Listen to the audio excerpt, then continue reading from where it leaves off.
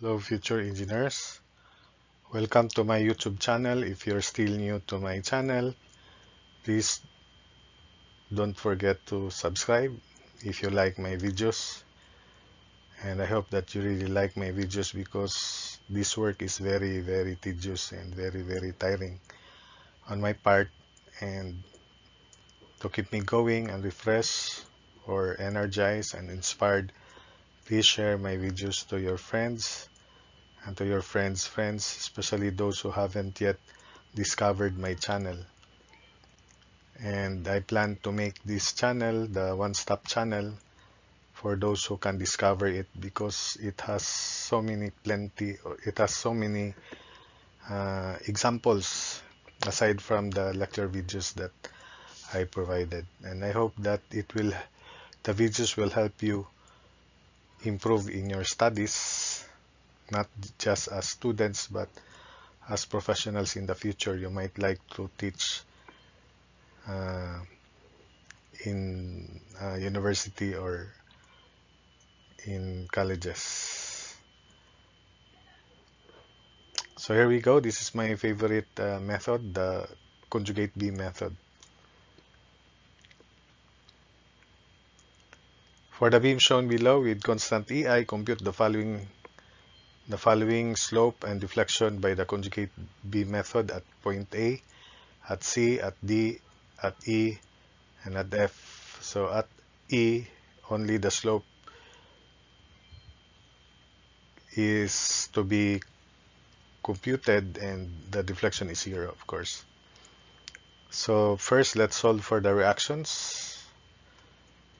So summation moment is 0, clockwise positive. So By times 10 plus 90 plus 90 plus 15 times 3 times 1.5, then minus 50 times 6, which is this, then minus 30 times 12. Then By is 50.25 kilonewtons. So since I plan to make E as the moment center, so there's no need to compute for the reaction at E. So let's prepare the conjugate beam. So the free end becomes fixed.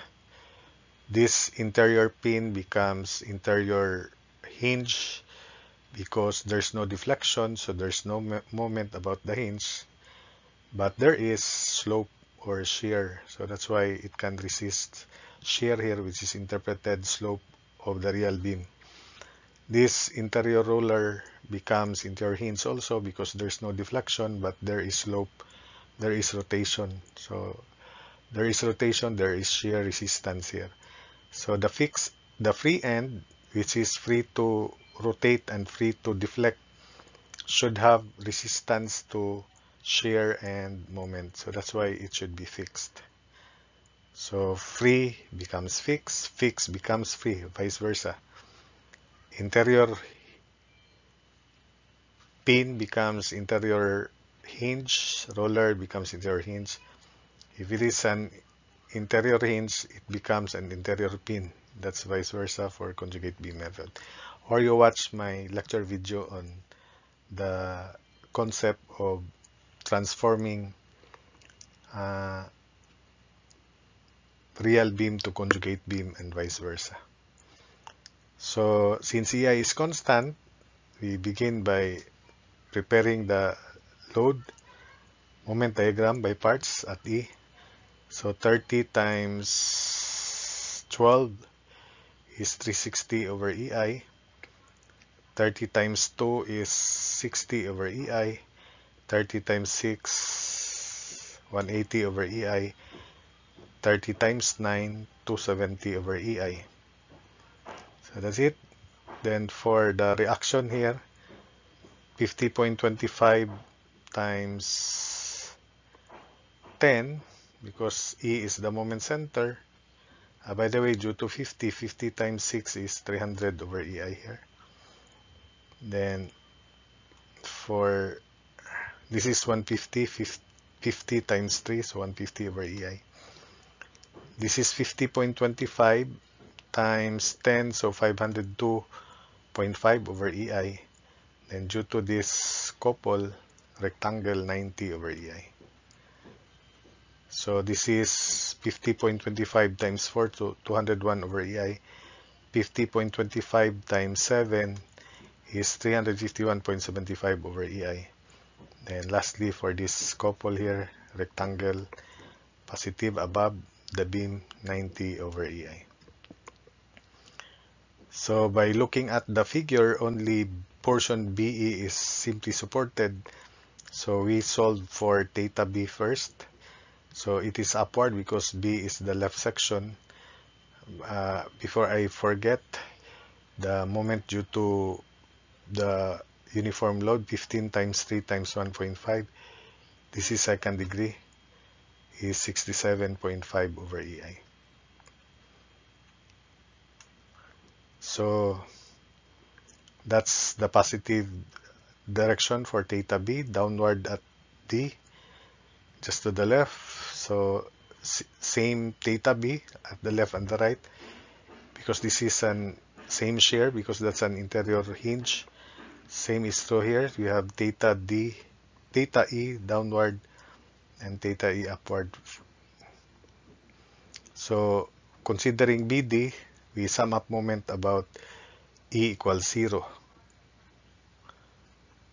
So let's put the areas first. So that will be our guide. Then for this rectangle upward, let's divide the trapezoid 60 by 360 into two triangles as shown in the figure. Then we have downward here equal to the area of the smaller triangle. For the bigger triangle, 360 height, it is represented by that. Then for this last triangle here, downward, it is represented by that area or arrow. So theta B times 10, then plus this area, which is 0.5 of 10 times 502.5. The moment arm is 10/3 of that area, 1/3 of 10. Then plus 3 times 90 over EI. The moment arm is 1.5, half of 3. 3 times 90 over EI times 1.5. Then minus this area here of triangle, 0.5 of 10 times 60 over EI. 0.5 of 10 times 60 over EI. 2/3 of 10 is 20 over 3. Moment arm. That's 2/3 of 10. Then for this bigger triangle, minus 0.5 of 10 times 360 over EI, 1/3 of 10 or 10/3 moment arm. Then minus 0.5 of 6 times 300 over EI, 1/3 of 6 is 2 moment arm. Then from here we can solve theta B using your calculator there. Theta B is equal to positive 102 over EI. So having found theta B, let's remove these forces. Let's consider BC. To solve for, no, let's consider AB first. To solve for theta A and deflection at A is required. So this is positive theta A, positive delta A is clockwise. Then force equivalent to the area which is downward of that triangle. So summation forces vertical y equals 0. So our equation is theta A. Then minus this area 0.5 of 2 times 60 over EI. Then minus theta B, which is 102 over EI, equals 0. So theta A can now be solved. Theta A is equal to 162 over EI. So that's it. Then for delta A, summation moment A is 0, considering AB. So delta A, then plus this area, 0.5 of 2 times 60 over EI. Moment arm is 2/3 of 2, so 4/3. Then plus theta B, which is 102 over EI times moment arm 2 at A. Then equals 0, so delta A is negative 284 over EI. So next we proceed by considering point C, B and C. So let's remove the unimportant areas because you might be confused. So just consider this portion. Let's apply the positive theta C, which is downward. Let's divide the trapezoid 60 by 80 into that triangle, two triangles. That's theta C, then counterclockwise delta C. First for delta C, so equivalent area of this triangle upward, this one downward, then this one downward. Summation forces y equals 0 considering portion BC. So theta B, which is 102 over EI, then plus this area, which is 0.5 of 4 times 201 over EI, then minus this area of triangle, 0.5 of 4 times 60 over EI, then minus the area of this bigger triangle, 0.5 of 4 times 180 over EI, then minus theta C equals 0. So from here we can solve theta C using your calculator. Theta C is equal to 24 over EI. Then we proceed to D. So let's remove unimportant forces. So sorry, summation moment about C, but let's compute delta C first. So these terms must be coupled with moment arm. So theta B 102 over EI times 4, then plus this area, moment arm is 4/3, so copy, then moment arm times 4/3, then minus this area, the moment arm is 2/3 of 4, so 8/3, so minus 0.5 times 4 times 60 over EI times 8/3. Then minus this area, moment arm is 1/3 of 4, so 4/3.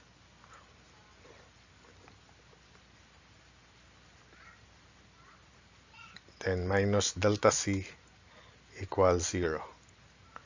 So solving for delta C using your calculator, delta C is 144 over EI.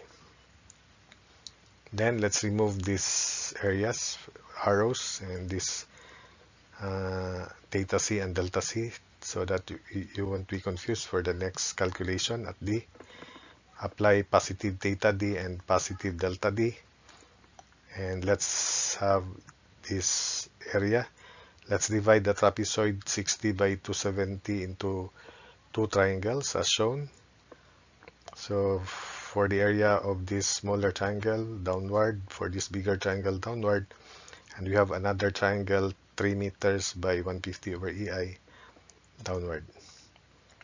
So to solve for theta D, summation forces y for portion BD 0, theta B upward, which is 102 over EI, then plus this area 0.5 of 7 times 351.75 over EI, minus this area 0.5 of 7 times 60 over EI,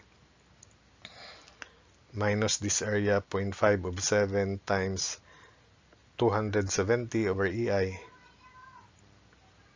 then minus this area of triangle 0.5 of 3 times 150 over EI, then minus theta D equals 0. So solving for theta D is negative 46.875 over EI. Then summation moment D equals 0 considering BD, clockwise positive, so theta B 102 over EI times 7. So we just copy these areas, then provide moment arms, plus 0.5 of 7 times 351.75 over EI times 7/3, the moment arm.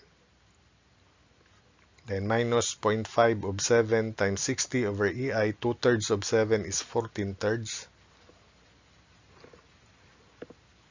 So minus 0.5 of 7 times 270 over EI, 1/3 of 7, so 7/3 moment arm. Then minus 0.5 of 3 times 150 over EI, which is this, times 1. 1/3 of 3 is 1. Then minus delta D equals 0. So using your calculator, delta D is equal to 176.625 over EI. So next, let's consider BD again. And this was the equation before. We just sum up forces vertical for portion BE rather, to solve for theta E. We need theta E also. Delta E is 0, so there's no need to compute that. So that after theta E, we can solve theta F and deflection at F. So summation versus Y equals 0. Theta B, which is 102 over EI, plus the area of this big triangle, which is 0.5 of 10 times 502, 0.5 over EI, plus this rectangle, 3 by 90 over EI. So I consider 60 by 360 as trapezoid. So minus area of this trapezoid. Anyway, our equation is just summation versus Y. So we just compute the area of trapezoid right away. Minus 1/2 or 0.5 of quantity 60 over EI plus 360 over EI times 10. The distance between 60 over EI and 360 over EI. Then minus the area of this triangle, which is 1/2 or 0.5 of 6 by 300 over EI.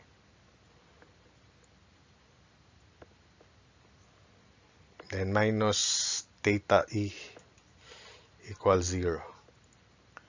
So solving for theta E using your calculator, theta E is equal to negative 115.5 over EI. Then we consider EF. So positive theta F is downward and counterclockwise positive delta F. So to solve for theta F, considering EF, the force, the area is downward here.